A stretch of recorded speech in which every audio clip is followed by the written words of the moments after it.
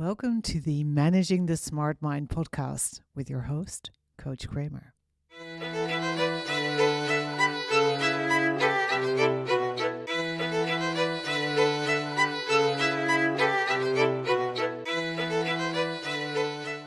This is episode 18, 3 Secrets of Successful Goal Setting.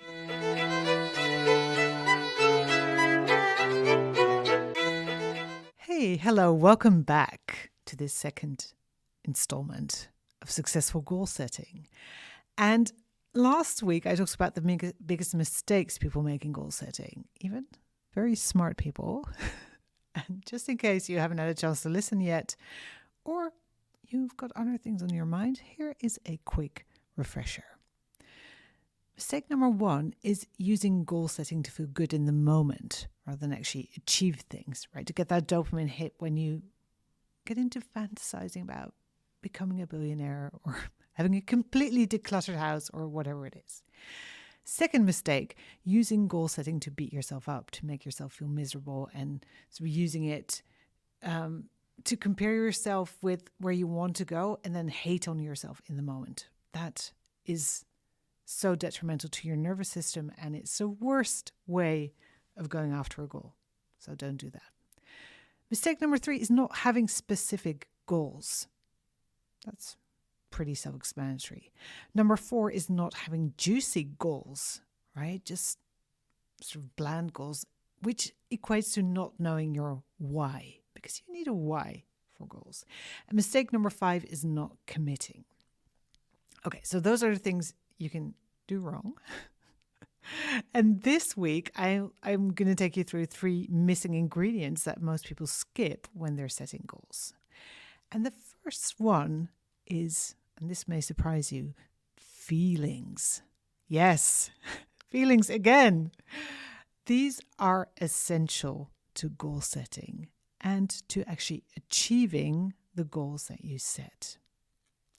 You may think feelings are kind of vague and undefinable, but you can be more wrong, because your feelings are actually an amazing compass to your true desires and how to get to where you want to be. Using your feelings in the right way actually helps you decide whether a goal is right for you, and it's so much faster than making endless lists of pros and cons. So there's actually 2 ways we use feelings in goal setting. The first one is to check whether this is actually a goal we really want, because sometimes, actually quite often, it can be something we think we should want because family, friends, society, pictures on Instagram, etc., have all made us believe that we should want this thing, this kind of body, this kind of bank account, this kind of nomad life, whatever, right? So maybe even getting married when you don't want to get married at all. So if you have a goal, think about the goal and then check in how it feels in your body. If it doesn't register at all, it's probably not something you want to pursue, right? Because there's 0 feelings attached to it. Yeah, just don't do it. Trade it in for something you have some feelings about. If it completely freaks you out, paralyzes you, raises your blood pressure, etc., it is probably too far outside your comfort zone and in your terror zone instead. And that will just basically make it very hard to go after it. Try adjusting it a little if it is something you want, right? But feel it in your body. If it makes you feel excited, inspired, enthusiastic, and maybe a bit nervous, anxious, or stressed, perfect.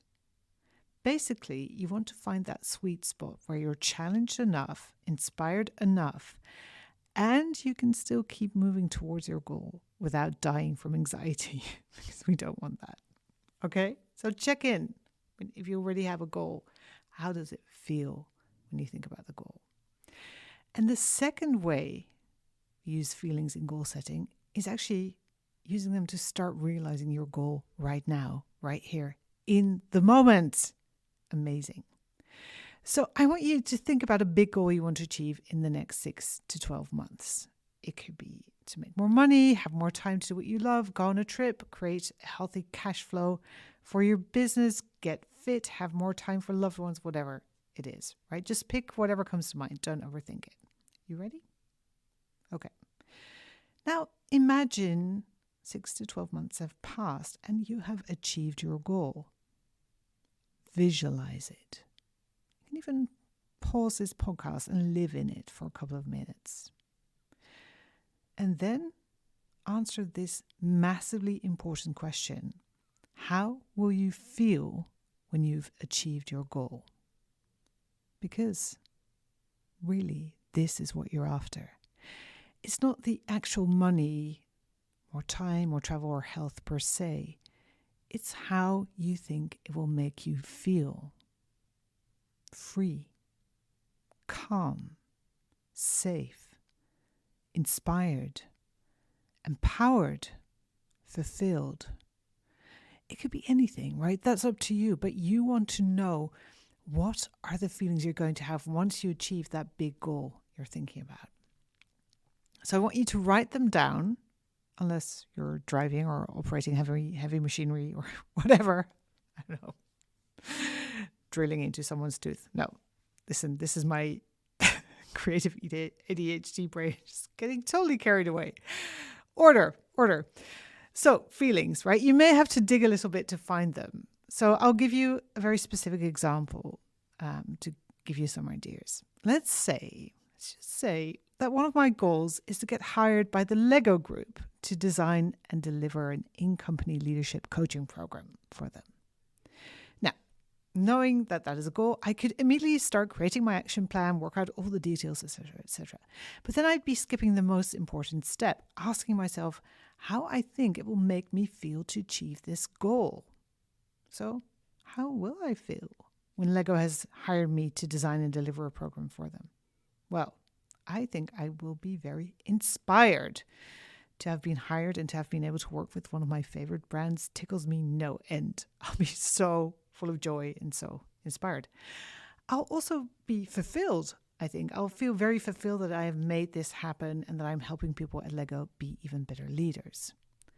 I'll also feel kind of significant, like I'm making a difference. I'll love that I'm having a positive impact on these people and the people they lead and the stuff they bring out into the world. I'll feel proud because I've done something that I would have considered pretty hard, if not almost impossible. I've had to grow as an entrepreneur, as a coach, as a human being. I've created something valuable. So when I achieve this goal, I think I will feel inspired, fulfilled, significant, and proud. And that's also the reason I want to achieve it, so I can feel that way. So how can I use that information, that list of feelings, actually towards achieving my goal?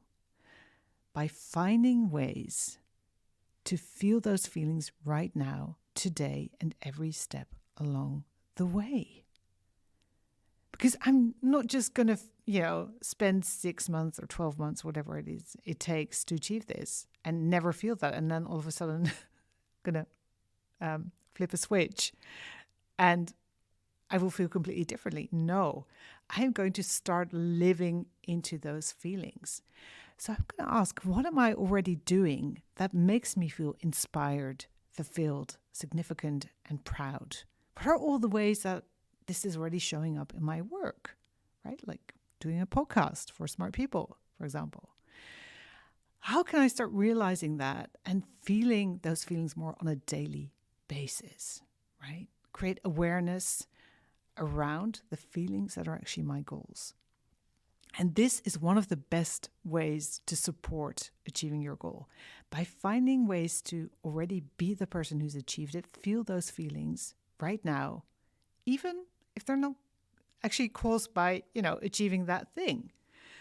And there's a lot of talk in the manifesting world, etc., like, fake it until you make it, etc., etc.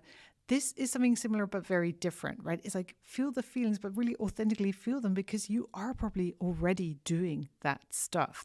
You don't need to fake anything. I don't need to fake feeling proud. I have stuff in my life that I'm already proud of. I have stuff in my life that already fulfills me. I guess I just want more of that or more intensity, right? So basically, if you want to have more money, find ways in which you already are rich, have money, feel abundant. Do you want to travel to be more inspired? Then start noticing all your daily small inspirations and finding ways to create even more. And in addition, create your goal plan from those specific feelings you actually want to have once you've achieved it. Don't create a plan from lack, urgency, inadequacy, or inferiority, right? Create it from abundance, inspiration, fulfillment, and pride. Tap into those feelings you want to have when you start writing your game plan. All right, the second ingredient that's usually missing when people create goal setting plans is looking at all the obstacles. Because once you start going after your goal, you'll meet lots and lots of obstacles along the way. Trust me, this is inevitable. This is exactly what is going to make you grow. So you need to expect and plan for them. Instead of just writing all the steps you need to take towards your goal, you also want to make a list of all the obstacles you can think of that will trip you up. All the ways your brain is going to try and stop you from doing something new. All the ways life, the world, and everything can get in the way. All the things you need to source, to figure out, to learn that may take longer or be harder than you expect. All this needs to be an integral part of your plan. So going back to the Lego example, what could get in the way of me being hired? Well, for example, my fear of rejection. My brain is going to, go like, don't even try that. That's never going to work because it's so terrified of failure and of rejection. Or maybe giving up if I don't succeed at the first try. Maybe I reach out and someone says, no, we don't outsource this stuff, or we're not interested. That could be another obstacle. Not valuing myself and my work enough to be convincing and compelling when I reach out.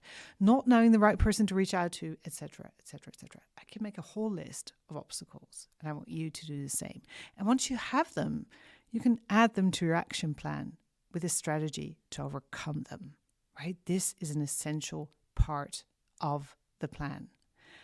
And then the third missing ingredient, small, doable steps. Your goal may definitely stretch you, but the steps need to be doable. Otherwise, it will be way too easy for your brain to give up in the moment.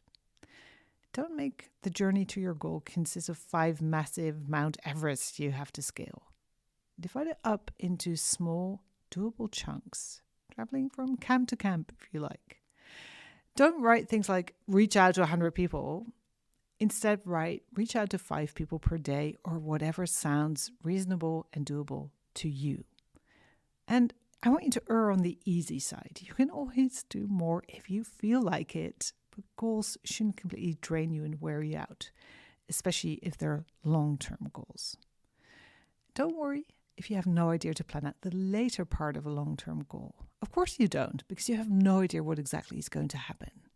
So just take a guess. You can always adjust it later, but don't get bogged down in the, I don't know what's going to happen in month 5 and I need to figure it out before I start working on my plan. Okay? You're totally ready already.